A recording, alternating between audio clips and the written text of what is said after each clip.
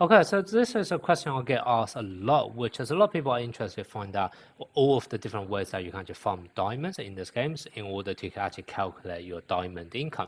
And that is obviously very useful if you actually want to plan for certain future characters, so you know exactly how much diamonds can you actually save up in the process and how far in advance do you need to prepare for your UR characters.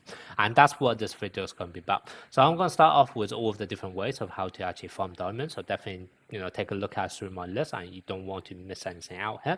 And then at the end, I will also translate that to UR summoning because we do actually get some events with free tickets as well. So if you add up all of them, it's actually going to be enough for you to get a UR character every single month. And that will be the question we'll be answering today. Okay.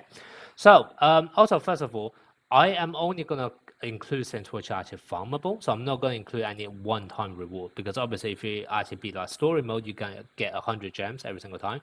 And also it's the same situation with achievements in the gallery and also past to honors, etc. All of those are one-time things that we're able to obtain. So it's not really fair to include them in my calculation because I just want to make sure only calculating the guaranteed aspect of this game, okay? So that's kind of why I'm only going to include the regular repeatable things here.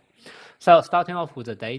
So the first two basically all come from this daily mission icon here. So if you click into this, in the daily mission tab, you can get 60 diamonds if you actually complete everything.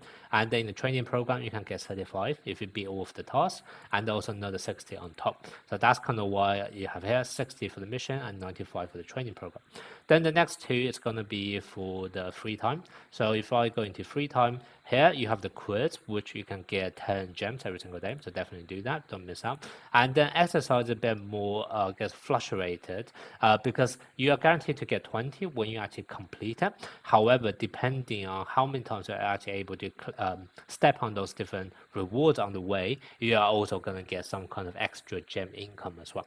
Now, obviously, definitely use up all of your action points before you actually claim it, just so you can maximize your reward. And in general, I typically find myself to be in the region of getting an extra 20 to 40 on the reward, depending on how lucky I've been.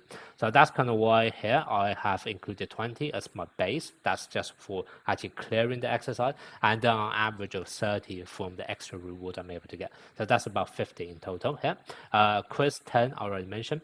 Then we move on to the peak challenge. So that's another place where you can get daily rewards. So if you go into peak challenge, if you just simply use up all 5 of your attacks every single day, what you're able to do is you can get this daily challenge, and that gives you 15 diamonds here, okay? And on top of that, there's a daily ranking as well. Now, obviously, this is going to be depending on how strong you are, so I'm not going to include a very high ranking. Instead, I'm going to take this one, which is just from the 5,000 place to the 20,000 place, and that's just going to be 15 diamonds in total. So that's basically what I have here. Peak challenge 15, peak challenge ranking 15.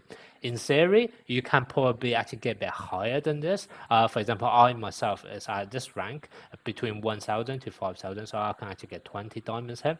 If you actually want to buy a bit more extra attempt, you can potentially push yourself up further. I haven't been doing that myself because it feels a bit silly for me to use diamonds to buy extra attempts just for a chance to get diamonds back. It just feels like it's not worth it, and they don't really get anything extra on top of just like bragging rights either. So that's kind of why I haven't really bothered. But yeah, basically I'm using this for conservative purposes, but you can potentially get much higher depending on how strong your team is as well, okay? So that's basically all of the dailies. If you add up all of them, that's like 245. And if I actually calculate that for a month, which I'm taking here as 30 days, then it'll be 7,350, okay? So that's from all of the daily, regular, repeated missions. Now let's move on to the weeklies. So the first one here is going to be in the weekly mission. So if I show you in the mission, going to weekly mission, at one of the stages here, at 120 activity, you can get 100 diamonds back, okay? So basically that's what I have here. And then you have the weekend bonus. This is going to be in the events. You get this every single Monday. You can get 120 diamonds as well, okay? So that's something else you also want to do. And then the next one is going to be speciality trial. Once again, I'm going very conservative here because you should be able to farm it much higher. But basically, this is actually split between 3 different difficulty. So there's going to be easy, normal, and hard. I'm only at normal. At hard difficulty, you're going to get even more gems. But obviously, first of all, I don't actually know what's the gem income on hard. I know it from Taiwan version, but I'm going to be honest. the amount of diamonds on global is actually lower than what I can see on Taiwan.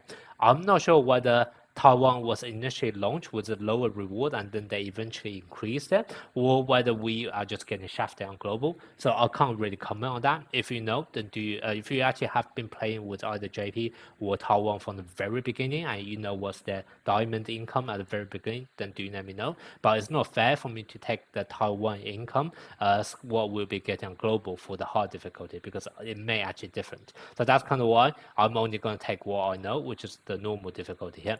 And for this one, you basically have 4 different speciality, and each one of them you can get up to 105 diamonds as well. Okay, so 20 times 4 plus 925. So that's 105 per speciality. By beating all 4 of them, what you can obtain is going to be 420. Okay, so that's what I have here.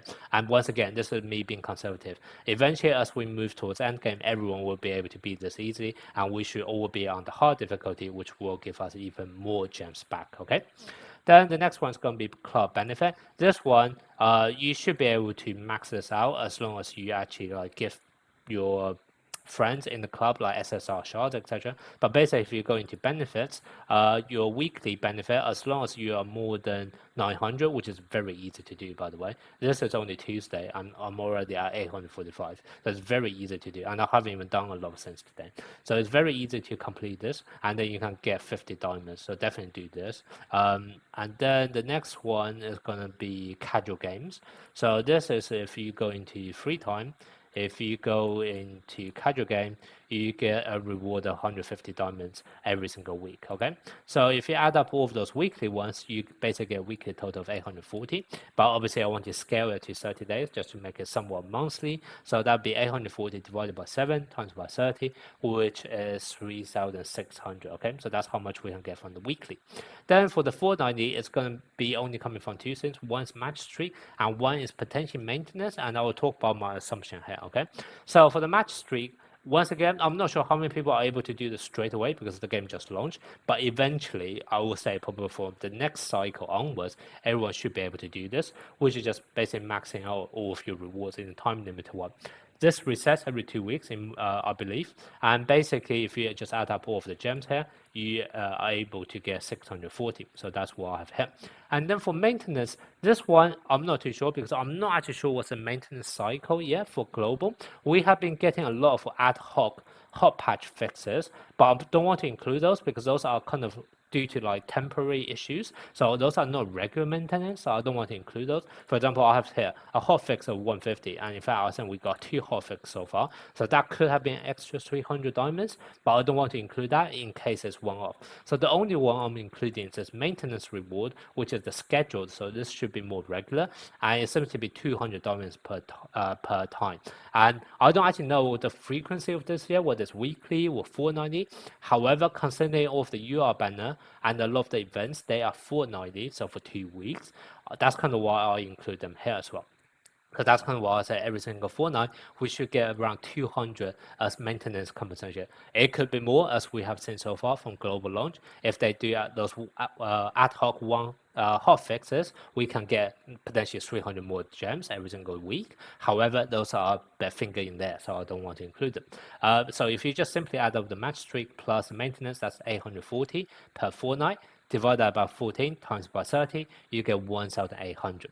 And then for the monthly, there's only one reward you're able to get, which is a peak challenge. Now this one, if you actually take a look, the schedule is on the 25th of July to the 1st of September. However, that's because this was a global launch day. It should actually go in from the very first day of the month to the end of the month, so that's kind of why it's monthly. And the reward I'm gonna calculate from is just going to be at the highest rank because I do feel like everyone should be able to get here as long as you just actually play and use up all of your attempts every single day. So that basically, if you add up all of the ones that are possible here, that is going to be 350 diamonds in total, okay? So that's basically going to be the one-off monthly. So now if you add up all of them, you are able to get about 13k and 100 gems per month, and this is guaranteed, right?